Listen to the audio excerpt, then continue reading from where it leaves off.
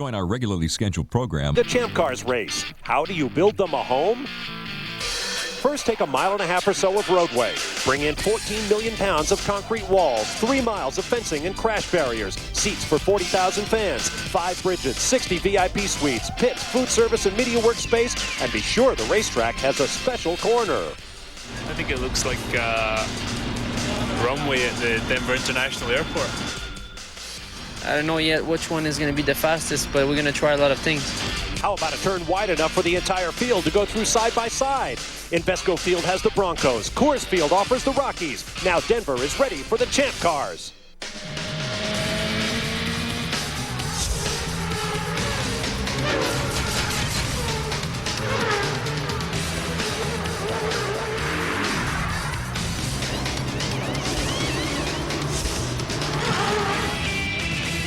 Another week, another brand new circuit for round 14 of the Kart FedEx Championship Series for 2002. But before you can race the inaugural Shell Grand Prix of Denver, you must qualify. Welcome to the first of 2 rounds of qualifying on an absolutely beautiful day in the gateway to the Rocky Mountains.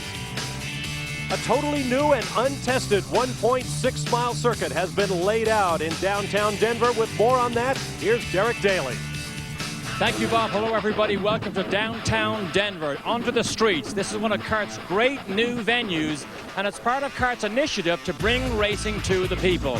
And Denver is such a great sports town. Just look at the landscape here. Right behind me, of course, is the Pepsi Center, home of the Denver Nuggets and the Colorado Avalanche, the 2-time Stanley Cup winners.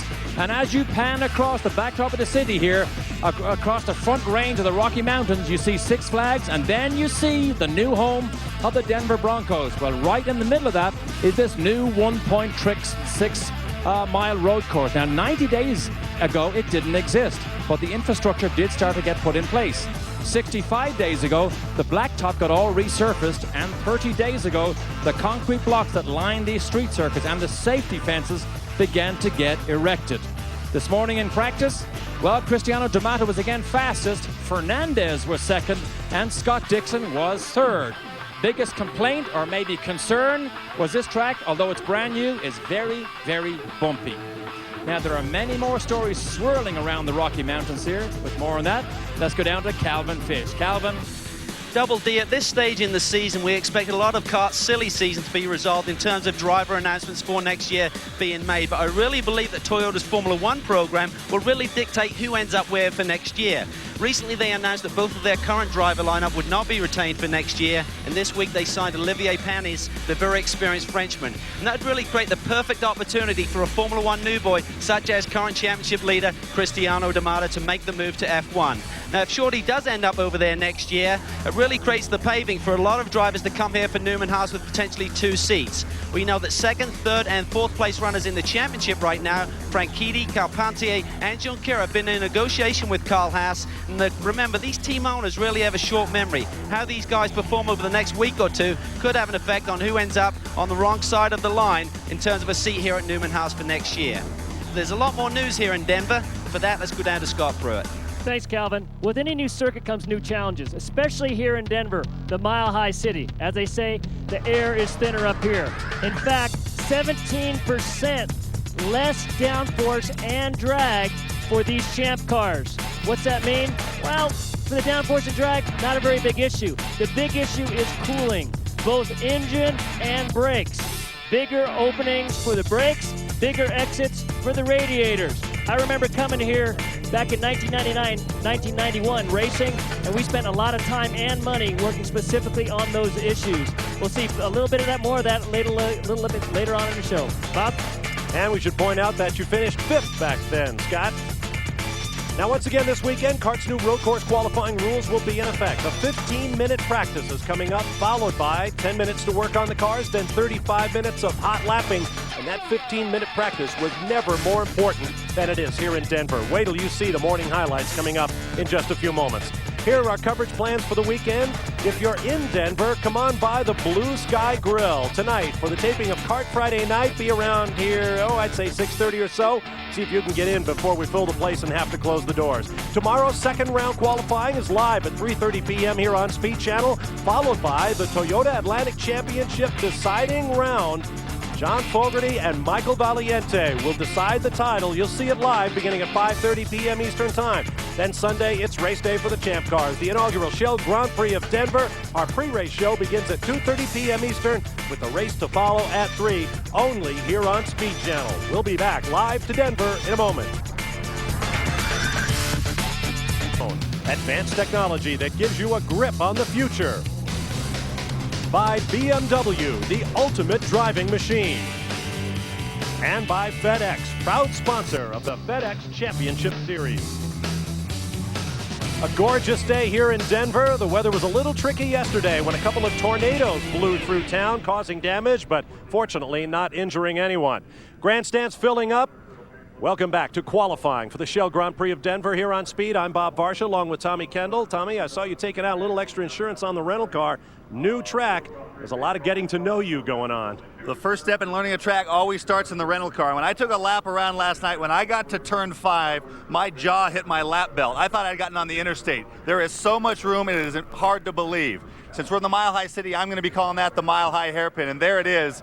Infinite number of lines coming into that corner. Now the ramifications for race day are obvious, lots of room to race, but for qualifying, even though there are 1,000 lines, there's only one best one, and I can't wait to watch as these Champ Car drivers, the best in the world, see how quickly they can ferret out what that quickest line is. Here's a warm-up lap of Kenny Brax letting someone by on the inside. Now what about the rest of the track? It's a 1.6 mile, 9-turn layout with all the ingredients of a typical street course. It's bumpy, it's low grip, there's pavement changes. Unlike a lot of street courses, a lot of the inside apexes here are still the old way, namely there's a wall on the inside and on the outside. Turn 1's the tight left-hander, then you go into the 2, 3, 4 complex onto that back straightaway, which isn't exactly straight, and then it opens up into the Mile High Hairpin, turn 5. Another pretty good blast down to 6, 7, and 8. Very, very slippery. Turn 9, a left-hander with a huge camber change, all off camber on the exit. Well, let's take a look at how the drivers did in their first look in the morning practice. How about Kenny Brack? You think this place isn't low grip? What an exercise in car control. Look at that. Turning butter in there. Tora Takagi, here's a look from his suspension cam, and watch the suspensions and those Bridgestone Potenzas work around this place. We'll see plenty of that due throughout today's show. Dario Franchitti coming in off a winner in Montreal a week ago, got about 10 minutes into the morning session when the engine let go in his Team Cool Green Lola. Tony Kanaan, you're on board with Tora Takagi. Where's Tony?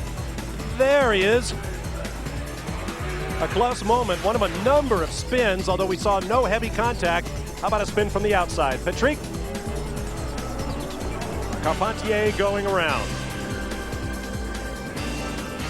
And then finally, there was an unusual contretemps involving Christian Fittipaldi and Shinji Nakano. Nakano got into Fittipaldi's side, broke off a piece of bodywork, and then he got himself brake checked. Look at this, is funny. A 2-mile-an-hour game of chicken. So Shinji called his team owner, said, hey, a little help here. Now keep in mind, this is on a hot racetrack. Here comes Adrian.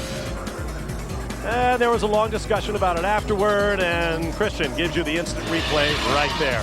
Here's a look at the morning practice times as cars are now out for their 15-minute practice. Cristiano Nevada, the points leader by 55 coming in, up there at 62.5 seconds. Bit of a surprise to see Adrian Fernandez up there. No surprise for Dixon and Breck. And Adrian, obviously there's a huge Latin population here in Denver, and as he did in Mexico, he has certainly raised his game, hurt or not. Michael Andretti, the only driver in this weekend's action who drove when CART last visited the Mile High City back in 1990 and 91. 2 races won by Al Unser Jr. Now with more on Christian Fittipaldi, here's Scott Pruitt. Thanks, Bob. The part that we didn't see this morning was very scary for Christian. He had come out of the pits, saw Shinji coming, moved out of the way to let him go by. Shinji misjudged his brake mark, ran into the side of him, and almost flipped Christian all the way over. Very scary moment for him. That's what led to the confrontation that we saw a little bit later. Needless to say, they've been a number of pieces on the car. In fact, as we speak, they just got out here with this car. He got it in, started up. Number of changes had to be made. Front suspension, side pod, a lot of damage on that car from that incident this morning. Bob? All right, thank you, Scott. There you see his teammate, Shorty, Cristiano D'Amata. And there's Scott Dixon with a new paint job this weekend. This is, of course, the home of Coors Brewery. So, Target Chip Ganassi Racing has chosen to put Coors Light on the car. Very snazzy looking silver paint job. Now, we've just received word that due to track conditions and the amount of practice with red flags and so forth this morning, this afternoon's practice has been cut to 10 minutes, followed by 10 minutes of work on the cars, and then 40 minutes of qualifying. So we'll take a quick break and be back to cover the action. Stand by for more live from first qualifying at the inaugural Shell Grand Prix of Denver.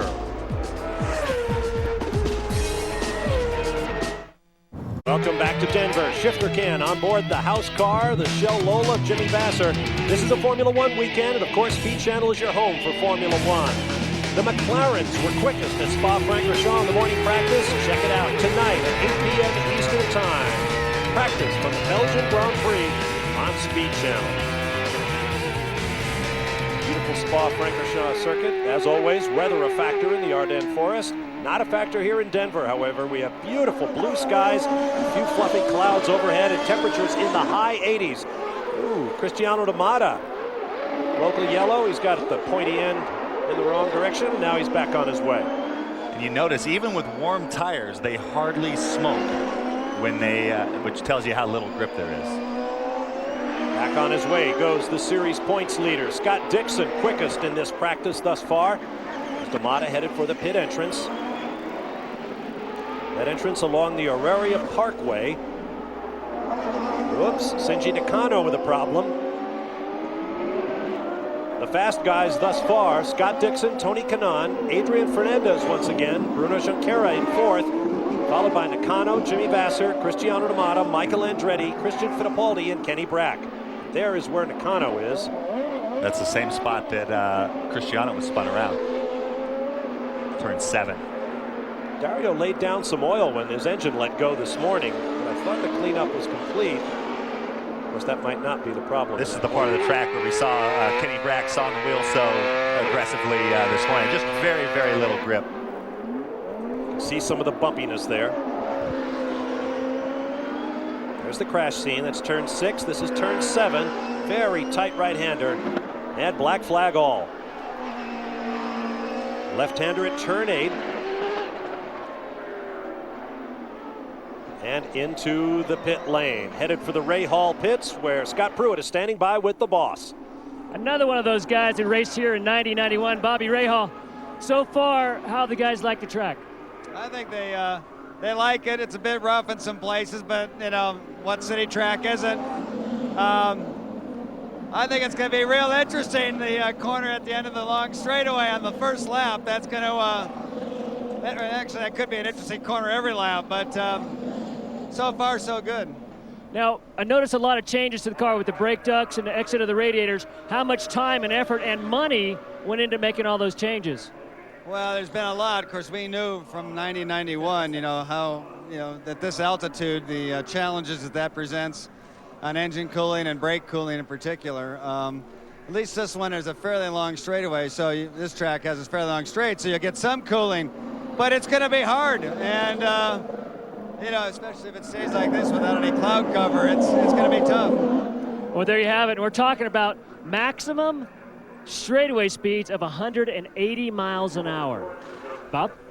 With concrete all around. Thanks, Scott. This is the first all-new street circuit of the Kart FedEx Championship Series since the now-defunct Houston circuit debuted back in 1998. The Barber Pro Series, one of the steps on the kart development ladder, is coming your way tomorrow. It's the Mid-Ohio round. Catch it at 12 p.m. Eastern Time here on Speed Channel. We'll be back in a moment to Denver. Moments away from the start of qualifying. Look at Paul Tracy at slow speed trying to get back to the pits at the end of this short practice. I think I just saw Derek Daly leaning over the wall there. Waving at his old buddy as he goes by. This is the start-finish straightaway. Left-hander coming up, turn 1, under the bridge. And the early sessions on a street course are not too dissimilar to running in the rain. It really tricks your mind because you think, okay, this is a dry racetrack, but it drives like a wet one because it's just so slippery. Listen to the traction control. Ratcheting in a straight line. Watch the track open up here into turn 5.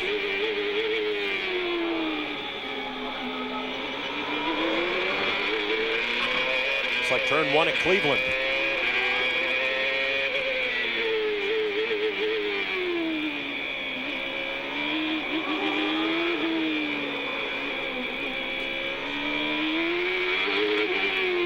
In that section, they even look at the throttle and the thing jumps sideways.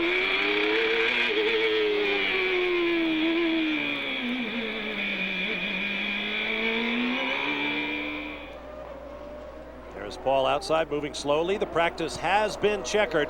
Let's go to the pit lane and Scott Pruitt. Thanks, Bob. I'm down here with Adrian Fernandez, second quick this morning, third quickest in this warm-up session. I talked to his engineer, Don Halliday. I said, what's the deal, Don? How are things going? He said, well, this track is rough. I've never seen so many teams with so many springs and shocks over the wall. In fact, they just got done changing all 4 on Adrian's car, looking for a better ride, trying to keep those Bridgestone tires on the ground. Bob? All right, thanks, Scott. Of course, bumpiness means it affects your ride height, and that plays into the whole aero situation. It does, and there's mechanical grip. You hear people talk about it over and over. Basically, Scott summed it up, keeping the wheels on the ground. You say, well, of course they're on the ground. Well, the load, the normal force at the contact patch varies from almost none to full weight with the downforce. So it's very important, springs and shocks. The springs keep the car off the ground. The shocks help the wheel follow the road. And so you'll see lots of guys running simulations tonight now that they have data on exactly where those bumps are, what the frequency of them is. And that is like night and day when you stumble onto the right frequency between springs and shocks. Long gray hose blowing cooling air onto the radiators. Adrian Fernandez 5th quick in this brief practice. The quickest man of all, as he was in the morning practice, Cristiano D'Amato. Let's go to Calvin Fish. I think with a new qualifying hour, Bob, it really gives these teams another opportunity to try and fine-tune the race cars. They're here at Denver for the very first time. Similar situation in Montreal last weekend where we introduced these new rules. And even though it's a 10-minute session, they can do quite a radical change to the setup, try and get some direction with that, and that's exactly what Cristiano D'Amato's team did. We saw him make a mistake, and I think if I look back on the season, I've only seen him make about 3 mistakes this year, but he wasn't comfortable with the setup. They immediately brought him in, made a shock change, sent him back out to try and get a read on the car. Now they'll make a decision for their qualifying run. Let's get down to Scott Pruitt. A lot of teams in heavy discussion down here. Oriol Servia going over what they can do with the car. Won't jump in right here. Oriol, just one quick word. How is it out there? Slippery, getting there, but too bumpy for us. We need to improve a little bit, but we are on our way there. You feel a little frustrated. It seems like most of the Reynards are kind of mid to back of the pack.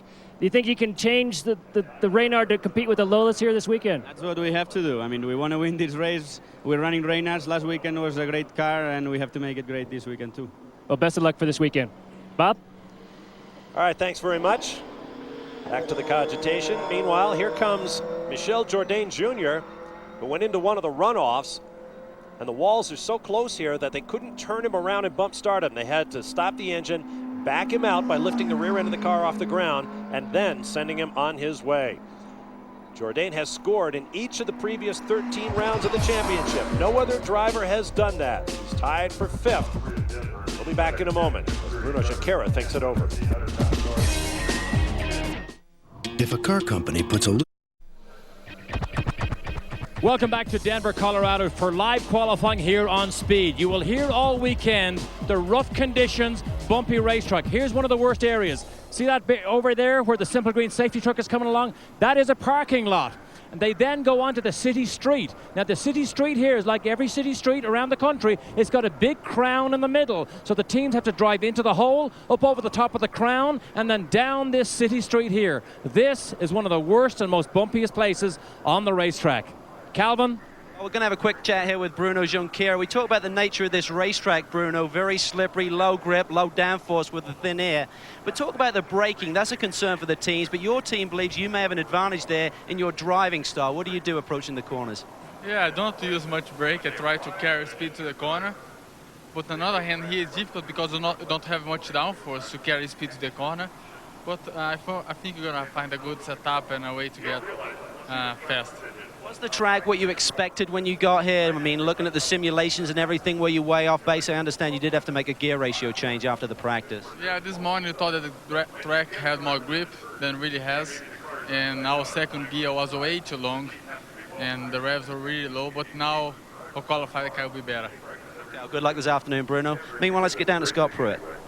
Tony Kanaan is saying it's so rough out there, I can't see the road. I'm going to see if we can slip in here. Tony, how rough is it out there? What kind of changes are you looking to make? Well, we're trying to make the car a little softer to ride the bumps in 1, 2, and 3, but definitely Jerry McGrath will like those 3 corners over there because it's really bumpy. The rest of the track, it's okay, but we're trying to make the shock adjustment to actually ride those bumps because honestly, I can't see the road. Now, last week, you had a terrific run, finishing 3rd in the Pioneer car. This weekend, big change here in Denver. What about the overall balance of the track and the car and the grip? How's it all working out right now? There's no grip at all. I mean, obviously, it's a new track. We never ran before. Everything is new to us. New circuit, very slippery. A lot of cement patches, and it's being tough. It's being hard on us. I mean, looks like we're driving on the rain, but it's going to get better this afternoon, and hopefully tomorrow you guys are going to see a better qualifying for sure. Well, there you go, guys. A specific challenge here in Denver, slippery and bumpy. Guys are trying to soften the car, springs and shocks. Bob? That sounds like Tony was sitting in the middle of a tornado there as that cooler blew on him. Now, this is the 4th consecutive race weekend for the teams in the Kart FedEx Championship Series, but the work doesn't stop. They've got to get the cars back to home base and fly them off to England for the Rockingham 500 on the Oval in Corby, England.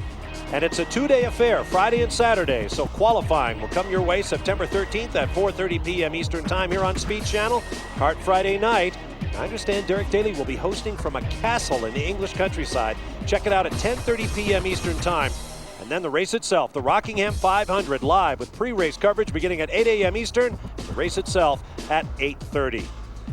Down in the pit lane, Derek Daly is standing by with the newest member of the Kart Board of Directors. Double D. Thank you, Bob. As if Mario didn't have enough to do, and now he's on the board of directors. Mario, you've seen your fair share of new tracks and city streets like this. What is it, Mario, that you have to concentrate on? Is it just lap after lap, or do you work on your car as hard as you can, or what is it that ultimately gives you the speed? Well, obviously, the trick here is to be able to come up with a combination that you like in the car because you have no chance to test beforehand, so there's a lot of educated guessing going on right now, and again, you know, it's really tough on a new course the first time around to get just the lay of the land, and you know, it's bumpy enough that shock absorber settings is a total premium, so you can be off so very little and just be totally out of the ballpark. Thank you, Mario. Thanks, guys. That's one of the great black arts of Champ cars is shock absorber technology. And talking about coming to a new track, the guys that excel over time are generally the guys, look at this great slow-mo stuff, but the guys that are able to ferret out the key things. There's so much information available to you.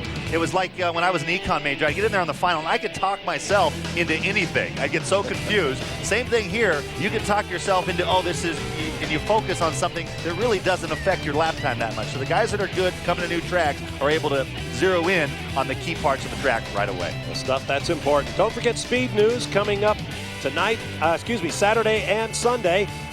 Half hour of NASCAR at 7 p.m. followed by a half hour of the rest of the motorsports.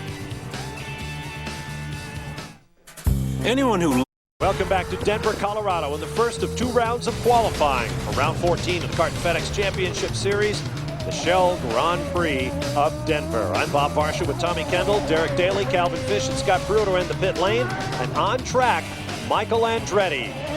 Last raced in Denver with the Champ cars back in 1991. Took pole for that race and finished 3rd, I believe, behind Al Unser Jr.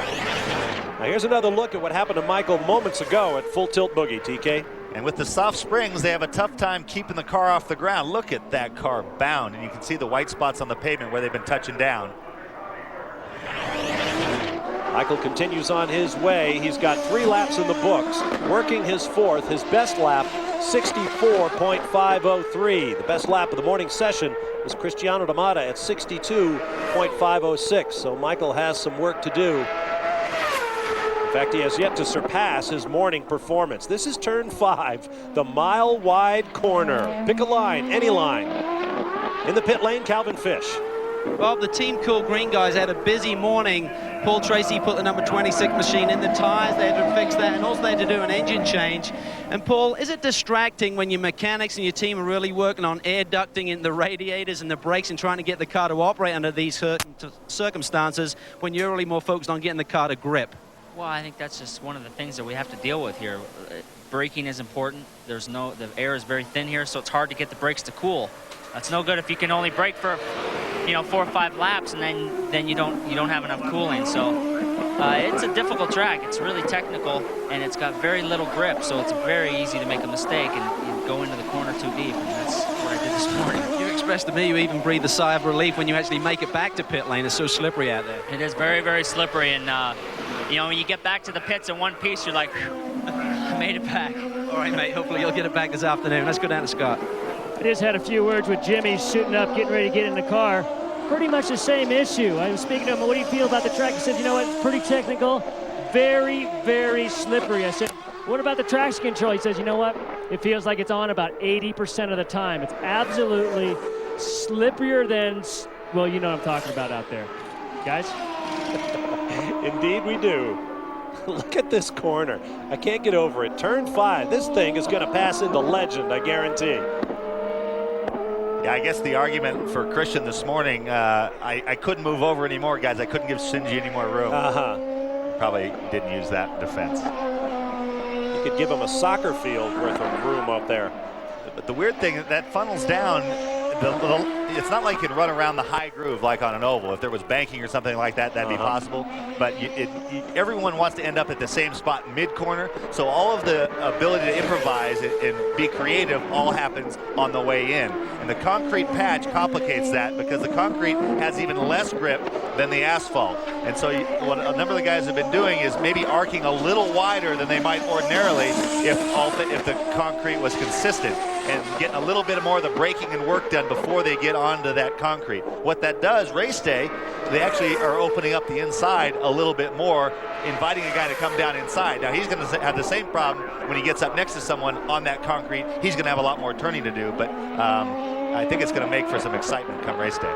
4 cars on track right now. Andretti, Nakano, Tony Kanaan, and this man, Adrian Fernandez. Andretti, the quickest to the bunch. We'll take a break and return in just a moment. There's Michel Jourdain Jr. thinking it over. FedEx Championship Series Shell Grand Prix of Denver is brought to you by Toyota. Get the feeling. And by Circuit City. We know the excitement you feel about the latest digital toys. That's why we're here. Circuit City, we're with you. Welcome back to a warm day on the streets of Denver, Colorado. Air temperature about 86 degrees and rising. The track temperature now up over 120 degrees. Adrian Fernandez, the man you're watching right there, is the provisional pole sitter right now at 62.722 seconds. Still about 0.2 off the quick time of the morning practice. Scott Pruitt. Well, Adrian Fernandez and the whole team decided to make a different change in their strategy for qualifying. It's actually taken a number of laps before they get the best out of the tire, out of the Bridgestones. Their hope, let's get out there, get a rhythm, get a number of laps tied together to get our fastest time, not get caught up in all these reds. On board now with Tora Takagi. Derek Daly. Just a quick look at him, Michael. He went against the current grain also by going out as soon as he could in this qualifying session. Kim Green just told me they are very concerned about traffic here. But also, more than that is, Michael particularly is having trouble with the bumps. We watched him earlier on be quite dramatic over the bumps. They said even this morning, the kink, which should be easy flat out, was a job for Michael to drive through. So they're quite concerned here about getting this car to ride over the bumps. This is our 4th true street circuit with Tony Kanaan. He's good at driving there in reverse. That was tidy. You see that started in the brake zone. The rear wheels got locked up.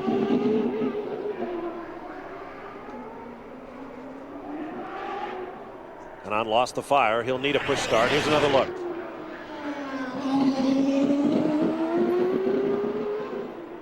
Fighting the rear brakes all the way in there. And if he needs a push start, and it brings out a red, obviously he'll lose his quick lap.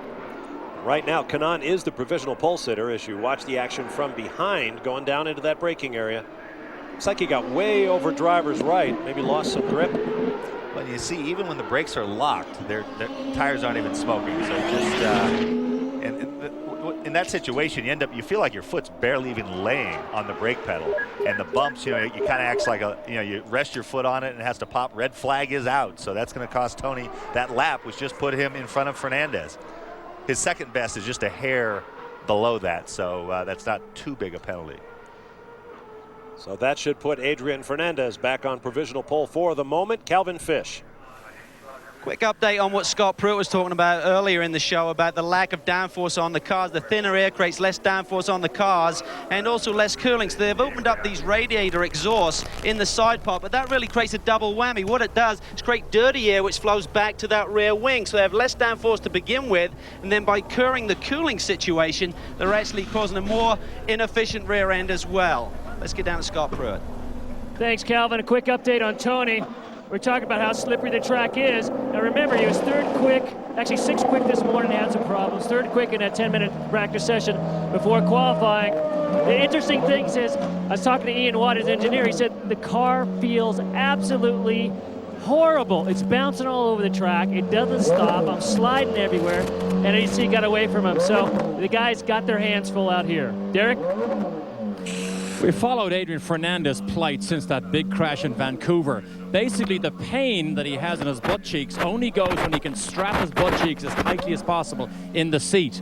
Last week in Montreal was particularly bad because of the curbs, and we saw him, of course, have the big crash late in the race.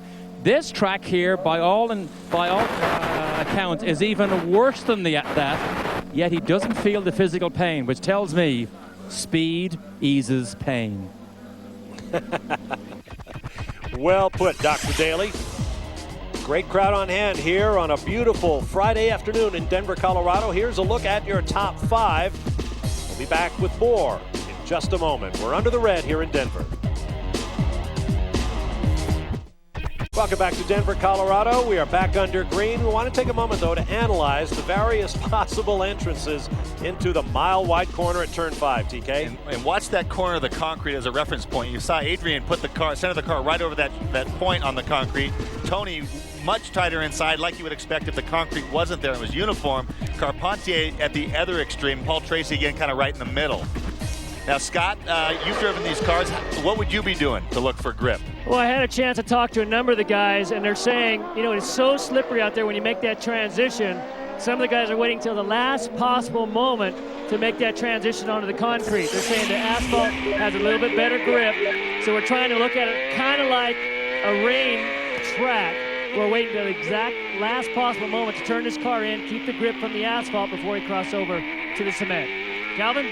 Quick update on the Reynard situation. The players, boys, really struggled, almost 2 seconds off the pace in the morning practice session. The problem with the Reynard, when you get to a bumpy racetrack, you have to lift the car off the deck, run a higher ride height, and that really spoils the aerodynamics, particularly when you're running the car soft. What it does, it makes the downforce very inconsistent and very hard for the drivers to drive the car on the edge. So the team did make a real big geometry change between the practice session and this afternoon's qualifying session. They still seem pretty struggling out here this afternoon, not happy with the balance of the car, saying that the cars are rolling over too much right now with the grip level that they have even.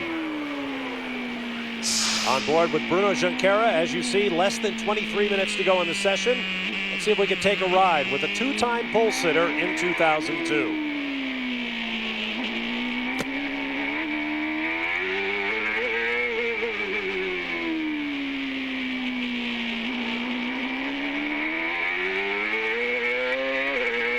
Saw him creating some space for himself to start the lap. He's on the clock now. Again, I mentioned the walls at the apexes. The way the courses have evolved, like Long Beach, for example, they've pulled those walls back for line of sight. And the purist in me actually likes it a lot more this way. There's no penalty. There's a penalty on the exit with the wall, but the inside, if you're off by 6 inches or so, you just ride it up on the curb. 6 of the 9 corners here have a wall right on the apex.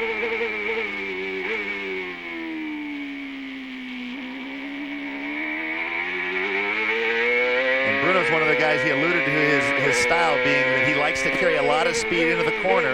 That slick patch of concrete and the wider arc that Scott talked about penalizes a guy like Bruno more. Look at it, just barely picking up the throttle and just skating right around.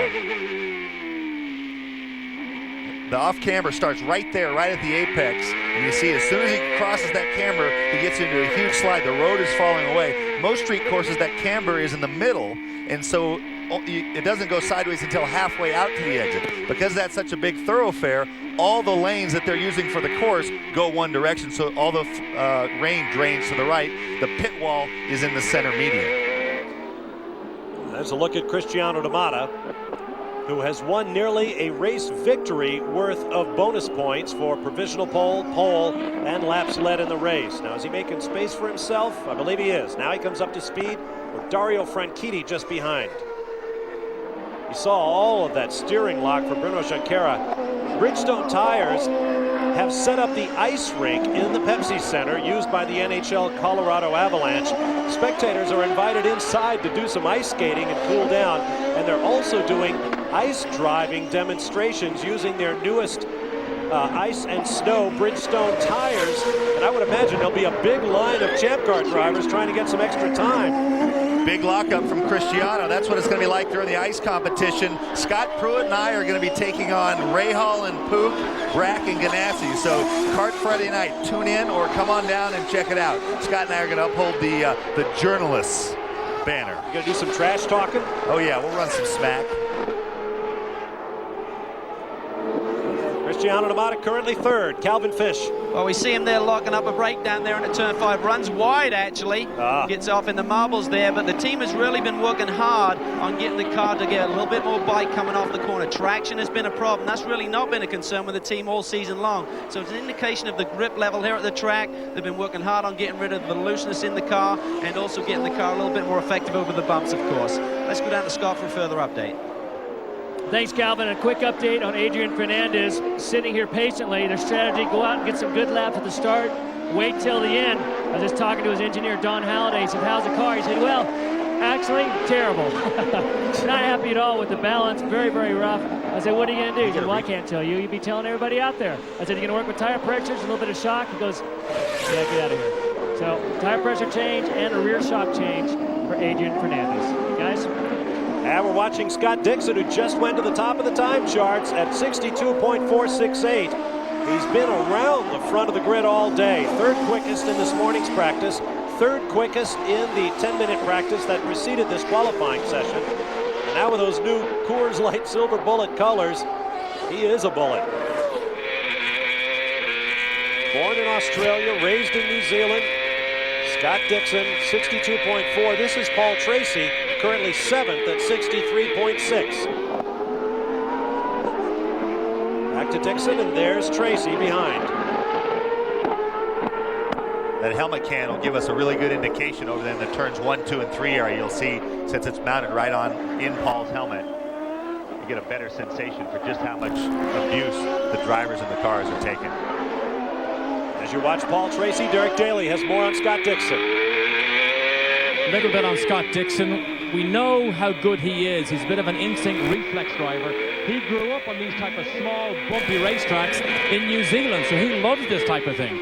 I just spoke to Julian Robertson, who's the engineer for Kenny Breck, and also with Mike Hull. Mike says Kenny, of course, we know, is trying to wait for the specific time on the racetrack. But I said, what is this track like? Is it a Long Beach or what type of setup? He said, absolutely not. This is more like Houston, the old Houston track that we used to use, than anything else, except it's got a little bit more room. Because Houston apparently had bumps just as severe as we're experiencing this weekend. Paul Tracy bumped back to 10th as Jimmy Vasser leaps up into 6th place. It's old information across the top of your screen. The order is Dixon, Fernandez, Kanaan, Damata, Junqueira, Vasser, Servia now 4th, Andretti 8th, Tora Takagi 9th, Dario Franchitti 10th. To Calvin Fish. Bob, when we saw Cristiano D'Amato lock up that left front coming down into turn 5, it's coming down for about 180 miles an hour plus, one of the slower corners on the racetrack. This is what it did immediately, right through to the cores. Now, this is a concern for the teams on a weekend like this. If you start to flat spot a lot of these tires, remember, they only get 7 sets of Bridgestones for the entire weekend, and this really cuts into this race budget for Sunday as well. And you saw as soon as he got the brake lock, it wasn't locked for that long. It locked, and then he unlocked it and rolled around to a different spot. It might have locked when it got back to the flat spot again, as often happens. But once the wheel locked, you saw him turn in early to try to buy himself a little more time. And the thing I mentioned earlier, eventually you're kind of robbing Peter to pay Paul. Eventually he got to the middle of the corner, had to turn more, but was still going too quickly, and he pushed off wide. Fabric cover goes over the front wing. Don't want to give away any secrets. Teams will think it over and head back out. We'll be back in a moment to Denver. So the bunk cake was bad. Welcome back to a beautiful day in Denver. Not such a beautiful day at Darlington, South Carolina. However, we understand activities today were completely rained out for this weekend's Southern 500. Greg Biffle will start for pole in the NASCAR Busch Series race. Sterling Marlin from pole in the Winston Cup race as the points leaders in their respective series. Be sure to check out Trackside from Darlington tonight, 7 p.m. Eastern on your home for NASCAR Speed Channel. Riding along with Kenny Brack. Coming from Sweden. I would imagine he's done his share of fast driving on slippery roads. He's got a slippery road here in Denver. Christian Fittipaldi is currently quickest at 62.444 seconds over Scott Dixon. Brack is currently 9th. Long straight blast to the right-hander at turn 6. And one thing that's accounting for that spot being so slick is there's a slight brow that you crest and so when you turn in, you're kind of going to the back side of that slight slope, and so any little change in camber is just a little less grip. Here's Adrian Fernandez, currently 3rd at 62.495. So the top 3 cars on the provisional grid covered by 0.05 of a second. 15 laps allowed to each driver. Fernandez has used the most. He is on his 11th with 12.5 minutes to go in the session. Ooh, a little lock up there.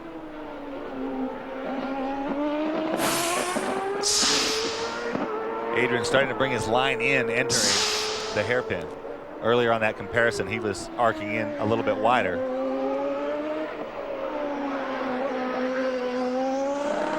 I used to love coming to a street course and trying to figure out these little nuances. And when I thought of it both from a driving and an engineering standpoint, the camber, both side to side and fore aft, like in the braking zone, if it goes from uphill to downhill, that affects how you look at it. So I used to, again, always think in real exaggerated terms, like the crown. Adrian Fernandez goes to P1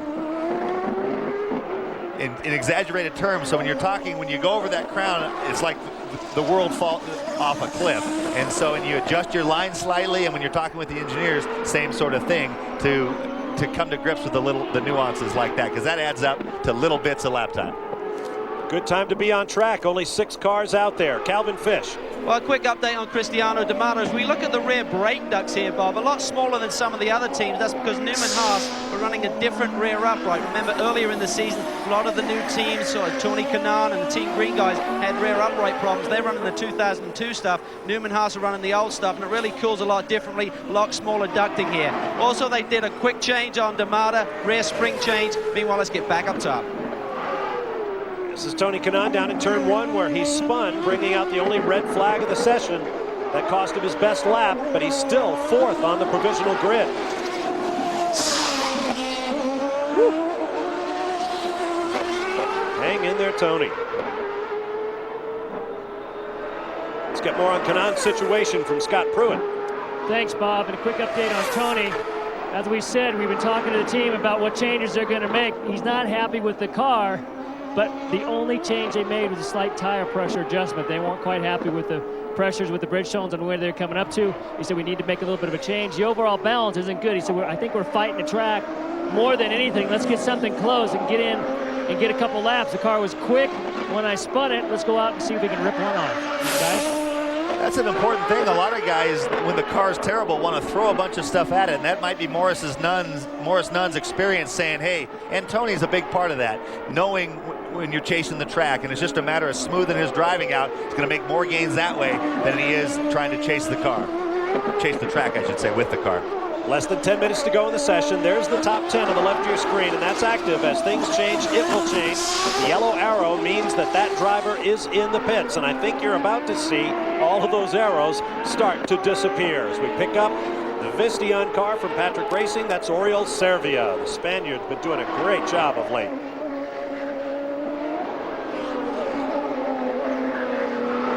Helmet painted in the colors of his native Catalonia, northeastern Spain, home of the Barcelona Grand Prix circuit. On to the start-finish straightaway.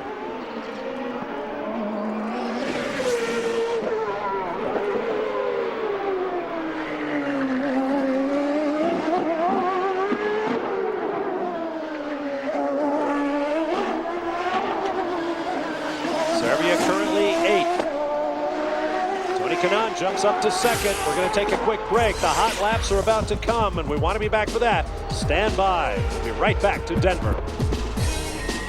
Welcome back to live qualifying here downtown Denver. You're watching Bruno Junqueira. This may be his last run to maybe snatch the pole. I am in the middle of the 3-car Ganassi pit. Mark Paxson, who's the engineer for Scott Dixon, just told me the car is actually quite close to the good setup. That's interesting. It's the first time I've heard that. They made a front downforce change, gave him more front wing, and his last set of sticker tires have gone on. Right in front of him is Kenny Brack. He is not as happy with his car mechanically. They have put new shock absorbers on the back. Springs stay the same, but they replaced the shock absorbers. So obviously Kenny is not happy the way his car rides the bumps. He's on his last set of stickers and about to go out. And Kanaan, I believe, has an incident. Yes, Tony Kanaan has gotten backwards into something. The rear wing is off the car, and he is in the pit lane. We remain green with 5.5 minutes to go in the session. You see the top 10 to the left of your screen. Kanaan with the yellow arrow means he is pitting. So he is done. Depending on where the rest of that is on the track, there could have a debris red flag. On board with Jimmy Vasser, we'll try to take a look at what happened to Tony Kanaan.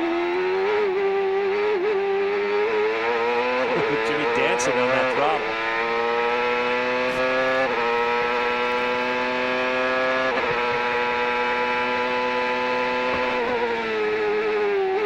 This is turn 5, the mile-wide corner. Now watch the back of your picture. There is Tony.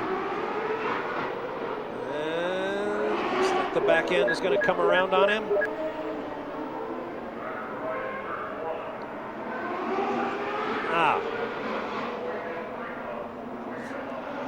We tore that rear wing to bits.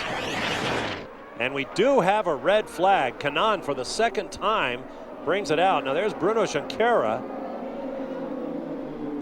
Oh, I take that back. It's Junqueira that has brought out the red flag, not Kanaan. Will come as a great relief to Tony, I'm sure. Let's see if we can tell what happened to Junqueira. That is what happened to him. Down in turn 1.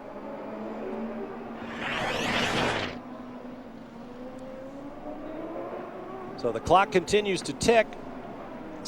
Less than 4 minutes to go now. From overhead.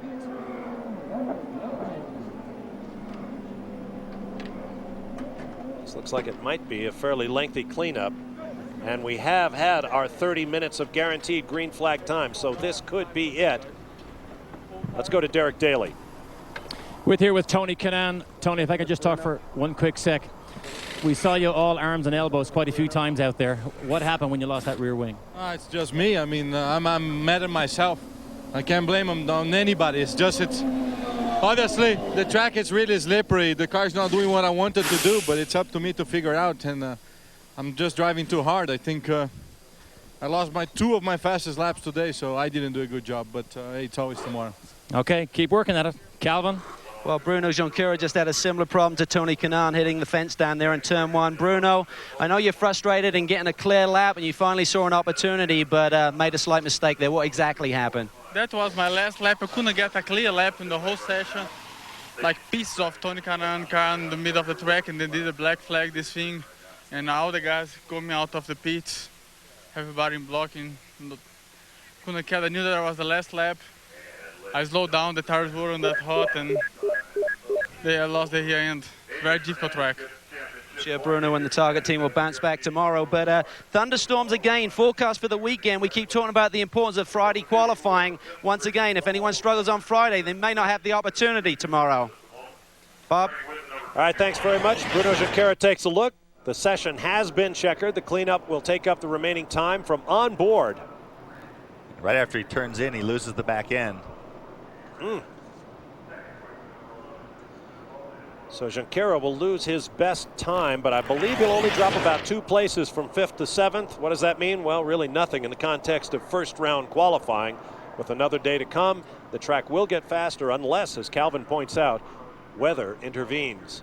Now, Tony believes he lost a lap for causing the red. Sometimes they'll assess the penalty to both drivers because the wing was laying in the track. If that was going to cause them to go red, if 2 things happen at once, they will dock both guys. So be good to get a ruling on whether or not they did in fact dock Tony a second lap.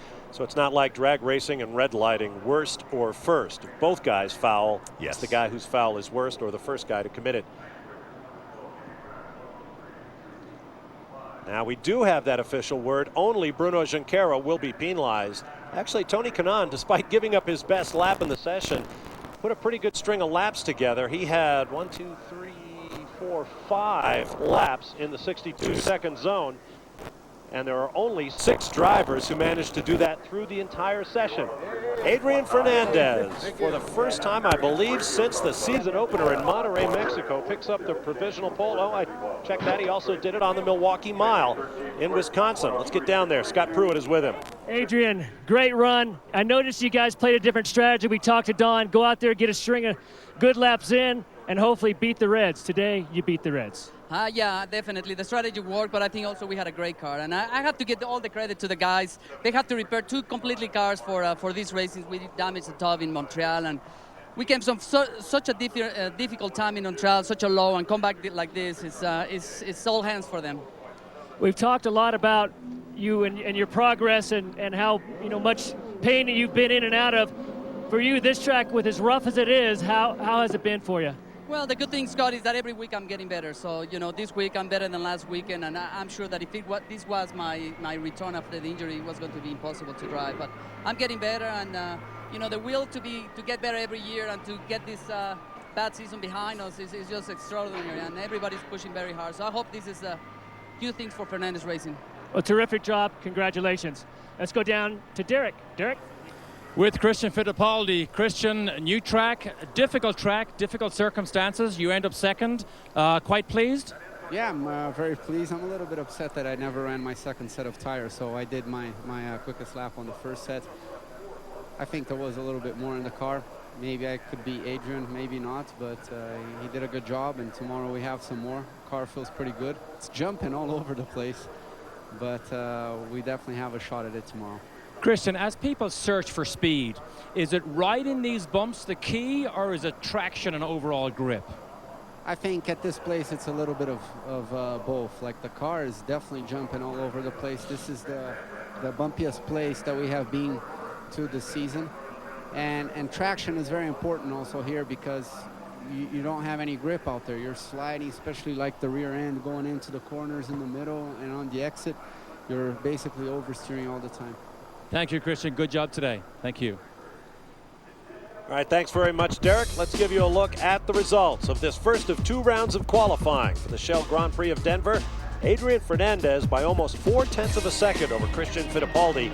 Fernandez, the driver to use most laps. Now check that. Michael Andretti, the only driver to get in all 15 of his timed laps. Michael wound up 10th. In 11th place, Tora Takagi, then Dario Franchitti, who's had a very difficult first day of this weekend. Same for Paul Tracy, his teammate, in 13th. And Patrick Carpentier, the slowest of the first round qualifiers. Remember, we have another full day of qualifying coming tomorrow, so be sure to join us then. But we're not done here in Denver. Stand by. We'll be right back. Welcome back to the Shell Grand Prix of Denver. The live coverage here on Speed. I'm here with the Shell driver, Jimmy Vasser. Jimmy, with all those reds, it looked difficult for you to even get a lap out there. It was, and I got a run on my first set of tires. It wasn't too bad. I think we were sixth after the first set, and then we didn't really get a run on the second set. I was just coming up to pressure, and you know, the red at the end there killed us. We probably left a little late, but you know, you live by the sword, you die by the sword. We've been timing it perfect. Mark Johnson's been timing it perfect for us all year long, and we tried to do it again. Maybe just got a little unlucky there at the end. So this track's been real slippery, a lot of reds. You know, I think Adrian was a little smart to go a little bit early. Now, when you get out there and run in qualifying like you just did, could you learn much? I mean, is there anything you can really grab a hold of? Yeah, you always can learn. You know, we're looking for more overall grip than we are balance. This track is very bumpy, and there's a section, turn 6, 7, 8. It's like driving in the rain. It's so slippery. So the track is very different from one end to the other, and for us, we're just looking for overall grip. You know, we're quite a bit off the pace of for Adrian, about a second. So you know, they're doing something to get more overall grip, and that's what we're searching for. Well, best of luck for tomorrow. Now remember, guys, these are guys who are looking for mechanical grip as well as aerodynamic grip. Calvin? Scott Dixon is driving the Coors Silver Bullet this weekend, and you were the Bullet there at the beginning of the session. Great run on the first set of tires. When you went to the second set, really carnage out there, stopped a lot of the guys from going quicker. Could you have been on the pole, Scott? I don't know. It was, you know, the car was really well. Even off the trailer this morning, the guys in Team Target and Coors Light car were doing a great job. We had a good run, as you said, in the first, you know, set of tires, but we left it a little late, which, you know, basically is what you wait for to get the best track. And obviously with Kanaan, I think they had his rear wing laying in the track, so I thought they were going to go red for that anyway. But then when I came in, I saw Bruno on the tires, so it was a little disappointing. Like, I think we really could have had the pole, or, you know, been close to it. Are you chasing a balance problem, or really just an overall lack of grip on this track first day? I think for everyone it's pretty much grip, because most of the time you're in the air on this circuit. It's extremely bumpy. I don't think we have a track that's bumpy on the series, but you know, it's just, you know, getting a combination of that and the balance, and you know, trying to get it to turn as fast as you can without sort of, you know, having the rear coming out all the time when you're over the bump. So it'll be a combination. Hopefully we can pick it up tomorrow. All right, Scott Dixon currently fourth, and let's go down to a man who knows all about the bumps, and that's Derek Daly. Yeah, a man who has triple dose of frustration here, though, is Paul Tracy, not just because of the bumps, but, Paul, because of the traffic. Yeah, you know, it wasn't really even so much traffic. It's just every time I went onto the track, I got one warm-up lap and it went red. I'd come in, go out, another lap and go red, and then the last run went out and went red. So very frustrating, because I feel we could have been in the top 6. I had a lap that was about almost 9/10 quicker than my quickest lap, and it went red 2 corners before I got to the start-finish line. So it's frustrating. Paul, I know it's a city street, and they're always low grip when you come here for the first day. But do you think it'll improve dramatically tomorrow? Will we see a second a lap faster times than we've seen today from the front? I think you'll see a second, but I still think you're going to be sliding around all over the place. It's the tire is quite hard. Most of the track is concrete. It's very, very slippery, and it's bumpy. So the cars will still look the same. They'll go faster in time, but they'll still look like they're doing the same thing. So, thank you, Paul. Of course, he did say bumpy. Well, that's what they are, isn't it? They're bumps. Here's a look at the championship point standings after Adrian Fernandez picks up his 4th bonus point for being the quickest man in a qualifying session, but he is still well back in the championship. The gap is 55 from Cristiano D'Amato to Dario Franchitti. At a tie for 3rd between Patrick Carpentier and Bruno Junqueira, neither of whom scored in the most recent race in Montreal, Canada. Christian Fittipaldi tied for 5th with Michel Jourdain Jr. There you see Adrian Fernandez in 15th place. He has crawled within 2 points of his teammate at Fernandez Racing, Shinji Nakano. More to come from Denver. We'll be back to the Rockies in a moment. Welcome back to Denver, Colorado. You see the Ferris wheel of Six Flags that is at the front range of the Rocky Mountains. But a man who has had a bit of a struggle today, Alex Tagliani. Tag, I saw all sorts of gestures to your engineers up there. it really is a bit of a struggle today on a track that's really quite difficult, isn't it? Yeah, it's very, very rough. And, you know, we're trying all kinds of combination shocks and springs, and it makes quite a bit of difference. You know, we're able to get a little bit more side bite, but then we have no straightforward traction. And, you know, the rear of the car needs to be a little bit stiffer for us to be able to have good traction. But then side bite gets really worse because over the bumps the car is really stiff and it's very difficult to keep it off the wall. So we're struggling right now with a combination to find for the track here. Tag, is your style of driving similar to Patrick's? I mean, can you work on different things and then each other use whatever is beneficial to each driver? Well, I think right here at this track, it's sorry the expression, but it's a Mickey Mouse track to me, and I don't think we're fighting any balance, any understeer or oversteer. Right now, we're just trying to have a car that is good on the braking, be able to go through the corner and accelerate again. So yes, I think at this stage here, we're gonna have a car that will be very similar, and something that will work for one driver will work for the other one. It's not the kind of track where you're trying to find the perfect balance, the perfect front grip and rear grip. We're not here. We're not at that stage yet. How's the T-shirt sales on the new clothing line? Well, I think the little boot got the prize for the best boot in Montreal, and I think they have the best sale too in Montreal, so it worked very well. Good, so some things are going well for Tag right now. Scott? Oriol Servier, the quickest of all the Reynard cars in the Visteon Reynard. We were talking a little bit about all the reds and how bumpy the track is. Was it difficult getting a rhythm going out there? It's difficult because it's so slippery. It takes a while before the tires, you know, get the right temp and the right grip. So you're waiting, and right when the tires are fine, somebody goes out because it's really easy to make a mistake and you have a red, so you have to stop again. So it's really important to get the good timing, and I think we were a little lucky and we got it right this time. Now you're one of the teams that's just a single car, and stepping into Patrick actually fairly late in the season, do you feel like you're giving up quite a bit of performance, only relying on one car out here, not having a teammate? For sure, we are losing a little bit there because being two cars, it always helps. On the other side, we have, I think, a great group of engineers that, you know, make that balance. I think they're really good. Like, first session, the car wasn't really great. We were 15th, but, you know, they closed in their room. They made this thing work, and we were 7th now. I mean, the car was a lot better and a lot easier to drive when in a place like this is what you want, you know, a car that it just let you drive and let you go where you want to go, not where he wants to go. So I think we're making progress, and hopefully tomorrow Visteon car will be even farther up.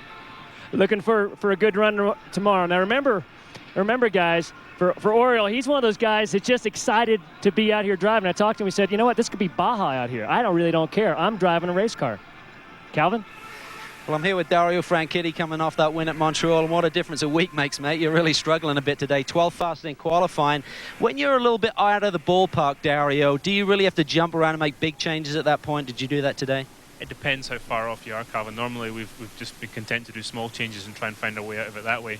But today we decided we had nothing to lose. It was time for a big change, but unfortunately, I didn't get enough laps to tell if it worked or not. After the first session this morning, you couldn't believe the size of the bumps out there. You knew it would be bumpy coming into Denver, but really quite extreme out there. Yeah, I mean, it's too much for our cars.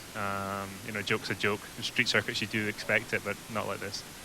Okay, well, Dario, hoping for better things tomorrow. One clarification on the tyre situation this weekend. Checked in with the Bridgestone tyre engineers. They actually get an extra set here. It'll be 8 sets for this weekend and in Miami when they come to a new street circuit. Bob? All right, thanks very much, Calvin. We'll take a quick break and continue with more of our post-qualifying coverage on a gorgeous day in Colorado. Stand by for more from Denver. And marvels of engineering. Speed Channel's live coverage of the Kart FedEx Championship Series Shell Grand Prix of Denver is brought to you by Bridgestone, advanced technology that gives you a grip on the future. By Toyota, get the feeling. And by FedEx, proud sponsor of the FedEx Championship Series. Provisional qualifying is now complete. Let's get to Calvin Fish, standing by with a man we expect to see at the top of the charts every week. Absolutely, Bob. I think it's the first time we've been on a street or road course where we've actually seen Cristiano D'Amato struggle a little bit. Currently 5th, Cristiano. What's the biggest concern, and really, what are you really working with to get the car working out there on this street track? Well, of course, the first time we run on this track, so the level of grip is still very low. So we're just trying to give the car you know, whatever we can find front or rear. The balance is a little bit towards oversteer right now, but whatever we find is more than welcome for grip, because overall grip is quite down, and with anything we find, we're going to just keep it. We saw the team actually making a lot more adjustments than we normally see. Typically, they just tap him on the head, send him out again. He sticks it on the pole. We're talking about grip. Let's go down to the Bridgestone tire guy with Derek Daly. The man who's in charge of the grip for everybody, Al Spire. Al, when you come to a new track with your Bridgestone tires, is it a guessing game? Is it a fine line between grip and wear, or how do you choose a compound to come here? Well, we've got a lot of experience at these street courses, Derek, and I guess it is definitely a trade-off between having a soft tire that wears out quickly and has a lot of grip, or a harder tire that may run longer. But it's kind of like hitting the sweet spot with a golf club, and you try and get it just right. And I think we've hit it pretty close here, but I'm sure we come back next year, we'll be able to do even a little bit better yet. Thank you, Al. He did volunteer to me also that if we had a tire war, we'd be 2 seconds a lap faster. Scott? Well, looking for the for qualifying tomorrow, it's the same thing. These guys have got to play the strategy a little bit different. They're complaining about the same thing: very rough, no traction. But ultimately, you got to get out there and put 4 or 5 laps together to generate that one quick one. That's the strategy they should play. That's the strategy that Fernandez played. Bob? All right, thanks very much, Scott. Tommy, your thoughts on what we're going to see in tomorrow's second round of qualifying here in Denver? You got to tip your hat to the Fernandez crew, and it's a very similar circuit to Monterrey, Mexico. Very low grip, and Adrian was at the top of the charts there. So, and the margin is pretty stout, 4/10. A week ago in Montreal, Adrian Fernandez at a terrible time started at the back, crashed out of the race. This weekend, on day one, he finds himself at the top of the charts with a championship bonus point and a guaranteed front row spot for Sunday's race. Don't forget, Kart Friday night, if you're in the area, come to the Blue Sky Grill. We'll pack the joint. Hopefully, you'll see it at 10:30 p.m. Eastern Time. Saturday qualifying's coming your way at 3:30 p.m. Eastern.